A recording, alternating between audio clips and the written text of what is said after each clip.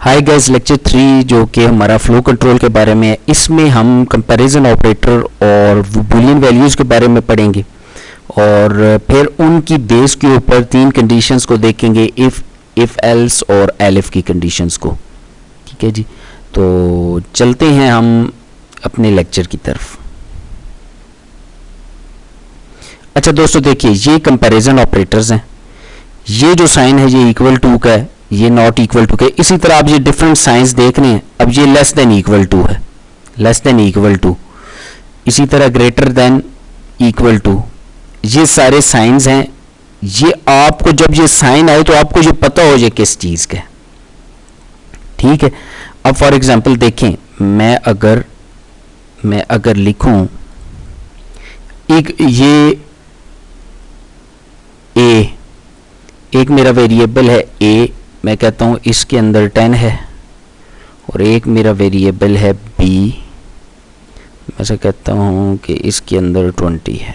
ठीक है जी, अब देखें, अब ये a इक्वल टू 10 है और b इज इक्वल टू 20 है। अब अगर मैं इनमें से कोई ऑपरेटर यूज करूं, फॉर एग्जांपल मैं कहता हूं a इज ये इक्वल टू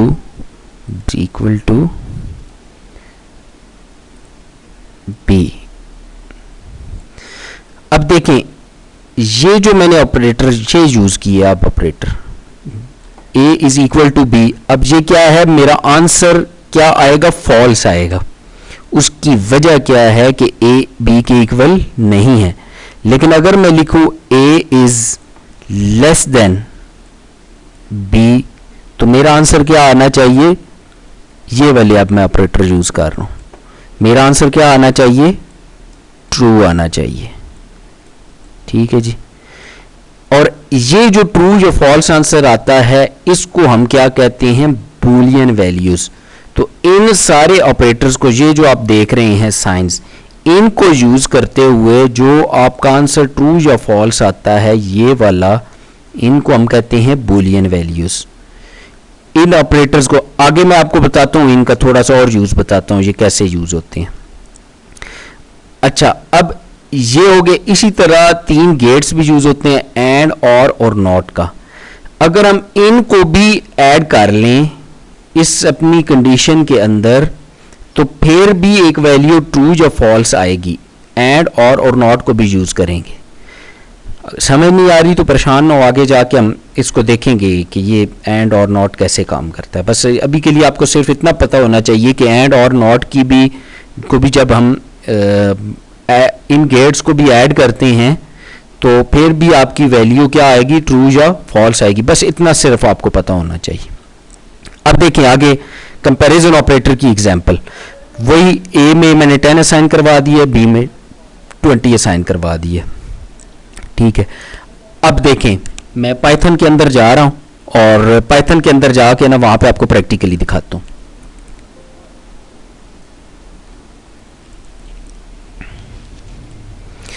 अच्छा, आप देखें, ए के अंदर यहां पे मैंने 10 असाइन करवाया और बी में 20, और जब मैंने कहा A is less than B तो मेरा आंसर क्या आया, ट्रू।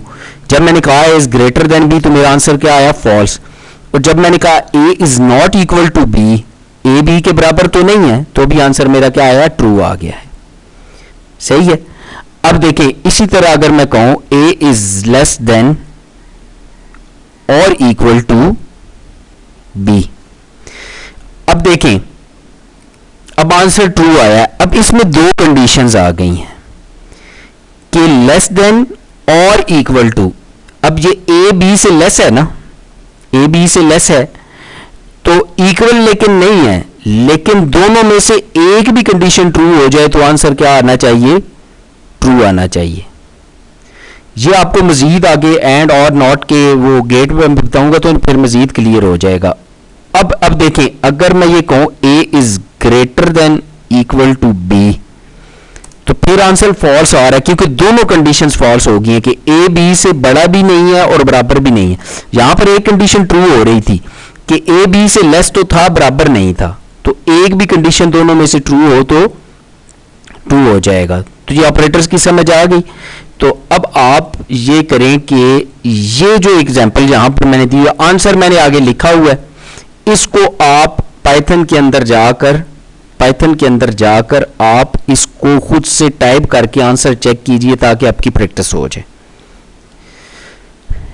अच्छा, आगे हम जाते हैं। अब ऐड और नॉट के बारे में मैं आपको बताने लगा हूं, ठीक है, कि अब इधर मैंने 3 कंडीशंस असाइन करवा दी हैं, ए के अंदर 10, बी में 20, सी में 30।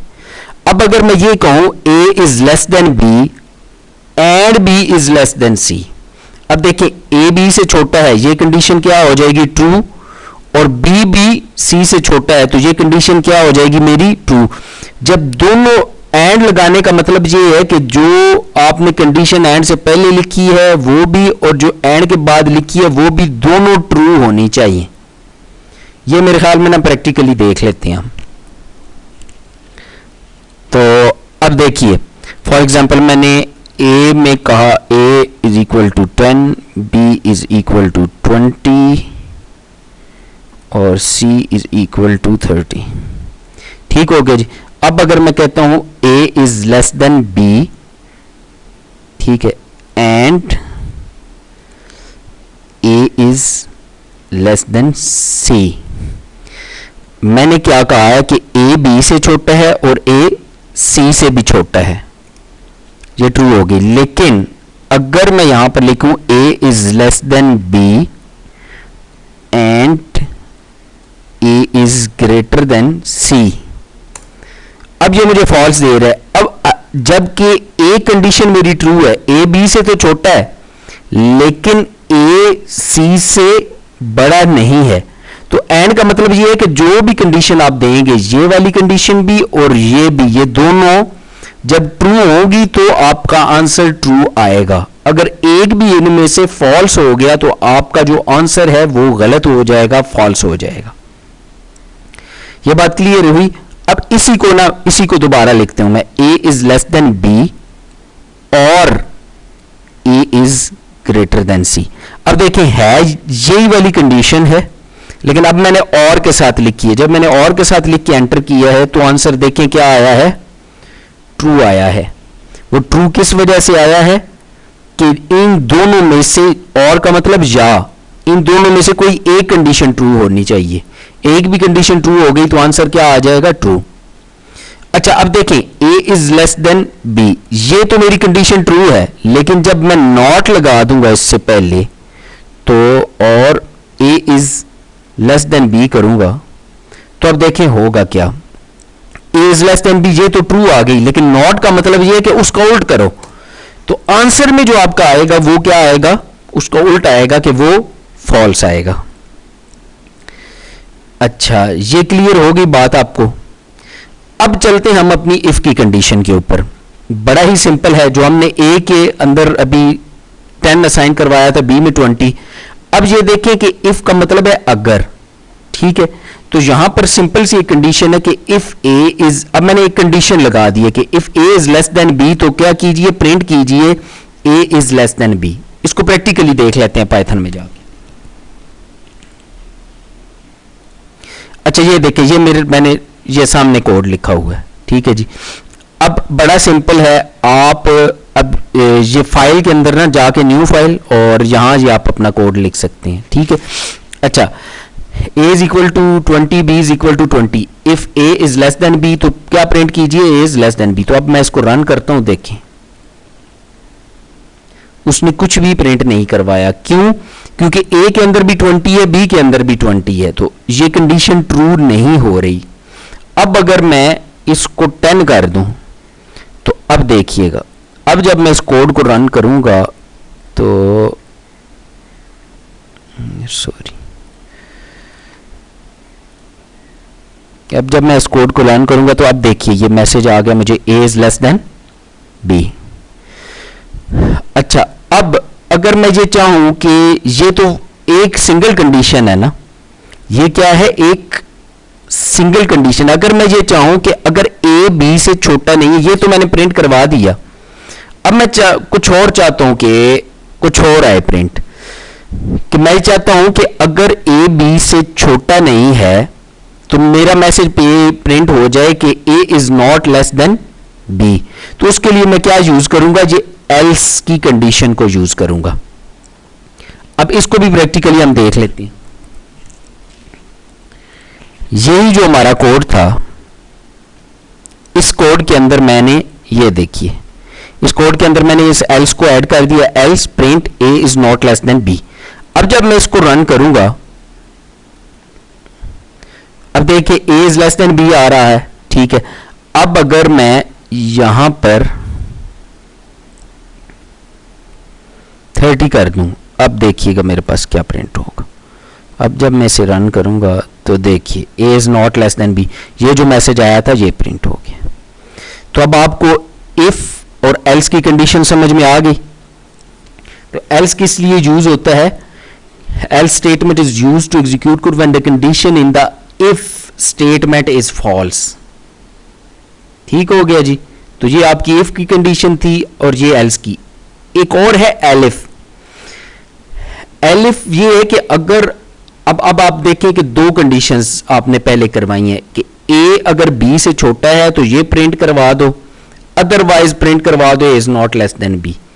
लेकिन अगर आप एक और चीज उसमें ऐड करना चाहें कि ए अगर बी के बराबर हो, फॉर एग्जाम्पल दोनों में 10-10 वैल्यू हो, तो फिर उसके लिए आप क्या यूज करते हैं, ये एलिफ की कंडीशन यूज करते हैं। Elif A is equal to B. अब देखिए if A is less than B, अब ए अगर बी से छोटा होगा तो ये प्रिंट करवा देगा। एलिफ का मतलब ये है कि अब देखें एलिफ का मतलब ये, अब क्या होगा कि अगर ये कंडीशन ट्रू नहीं होती तो वो यहां से जंप करके कहां पर आ जाएगा, एलिफ पर आ जाएगा। और एलिफ पर आकर वो क्या करेगा, चेक करेगा ए इज इक्वल टू बी, फिर वो प्रिंट करेगा। और अगर ये भी ट्रू नहीं होती तो फिर क्या करेगा, वो नीचे आएगा और आके एल्स के अंदर जो होगा तो उसको प्रिंट करवा लेगा। बात समझे हैं। अब सिंपल सी चीज, सिंपल इसको, अब ये देखिए, ये मैंने इसको प्रैक्टिकली इस कोड को देख लेते हैं। ये देखें, अब यहां पे क्या आ रहा है, इज लेस देन बी। अब अगर मैं इधर भी 10 लगा दूं तो देखिएगा, तो ए इज इक्वल टू बी, कौन सा मैसेज प्रिंट। चैनल को सब्सक्राइब करना और वीडियो को लाइक करना ना भूलिएगा।